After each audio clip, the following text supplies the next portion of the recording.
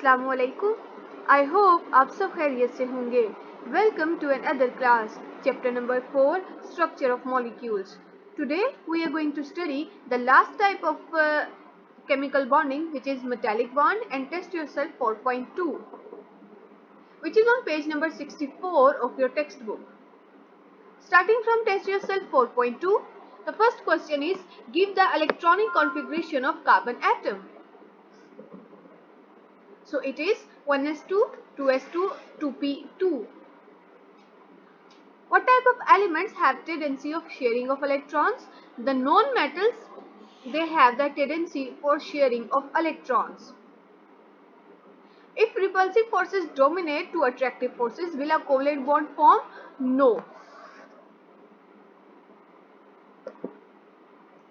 Consider the electronic configuration of nitrogen atom. How many electrons are involved in the bond formation and what type of covalent bond is formed?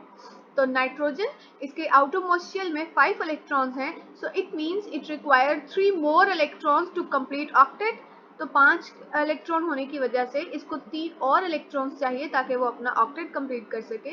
So nitrogen make a triple covalent bond with other atoms और with the same nitrogen atom, and it uses 3 electrons from one atom and 3 electrons from the other atom, total 6 electrons and 3 bond pairs. तो इसमें आप triple covalent bond complete लिखेंगे. Point out the type of covalent bond in which the following molecules, the CH4, C2H4, H2, N2 and O2. So first one is CH4, which is called methane. Here methane forms a single covalent bond with hydrogen atoms. Because carbon have 4 electrons in the last shell, so it requires 4 more electrons to complete octet, which is given by hydrogen atoms. तो hydrogen के साथ carbon sharing करके single covalent bond बनाता है. Same goes for hydrogen atoms, क्योंकि hydrogen duplet rule follow करता है तो ये सिंगल कोवलेंट बॉन्ड ही बनाएगा. Double covalent bond C2H4 ethene and oxygen, and triple covalent bond nitrogen, of course. What is lone pair? How many lone pairs of electrons are present on nitrogen in ammonia? तो इसमें आप lone pair की definition, which is on page number 63, topic coordinate covalent bond. Why is BF 3 electron deficient? तो ये last coordinate covalent bond page number 63, उसमें आपने अच्छे से ये देखा है coordinate covalent bond के थर्ड पैराग्राफ में. क्योंकि बोरॉन के लास्ट शेल में 3 इलेक्ट्रॉन्स हैं, तो ये फ्लोरीन के साथ शेयरिंग करने के बावजूद 2 इलेक्ट्रॉन्स की इसमें कमी है. What type of electron pairs make a molecule good donor? तो किसी भी एटम के पास अगर लोन पेयर होगा या उसके पास बॉन्ड पेयर होगा तो वो एक बहुत अच्छा लोन पेयर या non bonded electron pair available होगा किसी भी एटम के पास, तो it will make it a good donor. What is the difference between bonded and lone pair? So its answer is on page number 62, bond pair, and page number 63, lone pair. और ammonia में total कितने bond pairs हैं? So let's see. We have nitrogen that have 5 electrons in the last shell. So nitrogen make single covalent bond with hydrogen.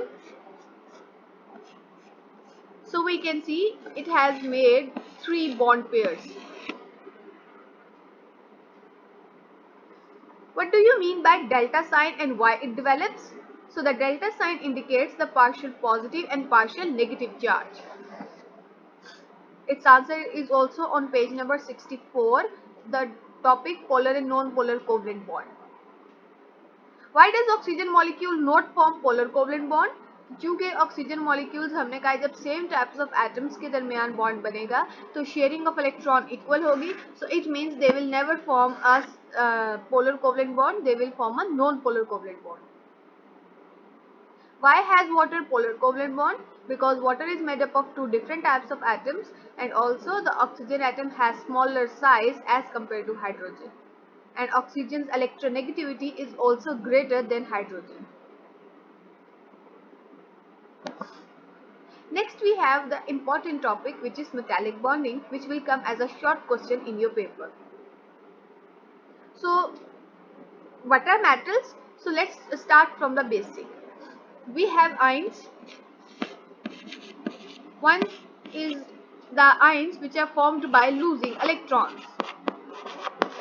and the ions which are formed by losing electrons are called as cations or electropositive or metals.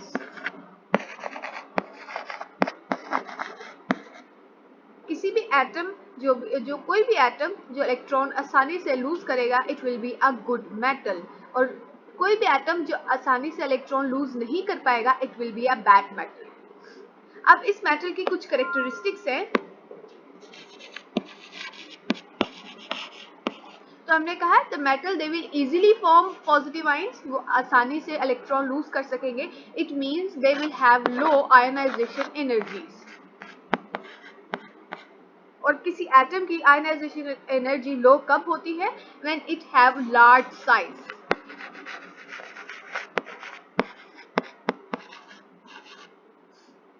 So when an atom have large size, it means it will have ionization energy less in amount, and it will act as a metal. जो जिसकी जितनी कम ionization energy होगी, वो उतना ज्यादा अच्छा metal होगा, because it can easily lose electrons. तो अब जो बॉन्ड बनेगा between the metals, we will call that bond metallic bond. Here you can see बहुत सारे पॉजिटिव आयंस जो कि मेटल्स बनाएंगे, जब वो आपस में एक ही साथ को एग्जिस्ट करेंगे, तो उनके दरमियान जो अट्रैक्शन डेवलप होगी, we will call this metallic bond. इन्हीं जो इन्होंने इलेक्ट्रॉन लूज किए हैं मेटल्स ने, वो इन्हीं के अंदर फ्लोट करेंगे, इन्हीं के एटम्स के अंदर फ्लोट करेंगे, एंड एक बहुत ही स्ट्रॉन्ग अट्रैक्शन डेवलप होगी, and because of that reason we have high melting and boiling point and require more energy to break the metals. जिस तरीके से आयरन इज अ मेटल, और आयरन की जो एक रोड होगी, it is made up of all the iron atoms, तो iron की रोड एक मेटालिक बॉन्ड के साथ एटम्स आपस में अटैच्ड है, तो एक आयरन रोड को तोड़ना बहुत ज्यादा मुश्किल काम है।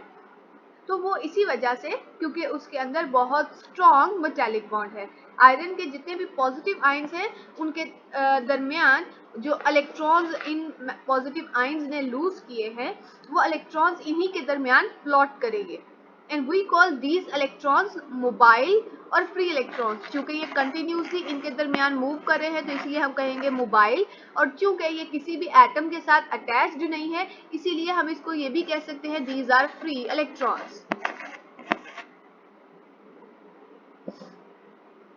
So the metallic bond which is formed between metal atoms, और इनकी प्रॉपर्टीज अलग कैसे हैं? They have very high melting and boiling point. आपने आयरन देखा होगा, कभी भी ऐसा नहीं होता, बेशक आप टेम्परेचर जितना मर्जी इंक्रीज कर दे, नॉर्मल कंडीशंस में कभी भी आयरन मेटल मेल्ट नहीं करती। It require very high temperature to melt, और उससे भी ज्यादा high temperature to boil, and they are good conductors of heat and electricity. So of course हमारे जितनी भी इलेक्ट्रिकल अप्लायंसेज हैं, they are made up of either copper और iron, तो वो दोनों क्योंकि बहुत अच्छे कंडक्टर्स हैं, that is why they are being used, और they are very hard and heavy. तो इन किस्म की प्रॉपर्टीज ने हमें ये बताया कि इनके केमिकल बॉन्ड जरा डिफरेंट टाइप का होगा, और वो केमिकल बॉन्ड कौन सा है? Metallic bond. So it will come as a short question that what kind of properties suggest the chemical bond between atoms of metals.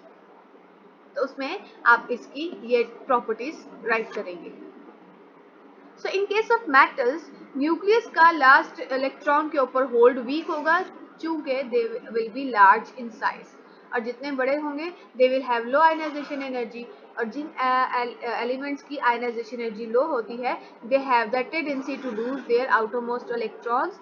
So when they lose their outermost electrons, these free और electrons of all metal, ये जितने भी free electrons हैं, ये इन्हीं की space में move करेंगे। वो भी हमने पीछे देखा भी कि जितने भी positive ions हैं, उन्हीं के बिल्कुल दरमियान negative ions float करेंगे,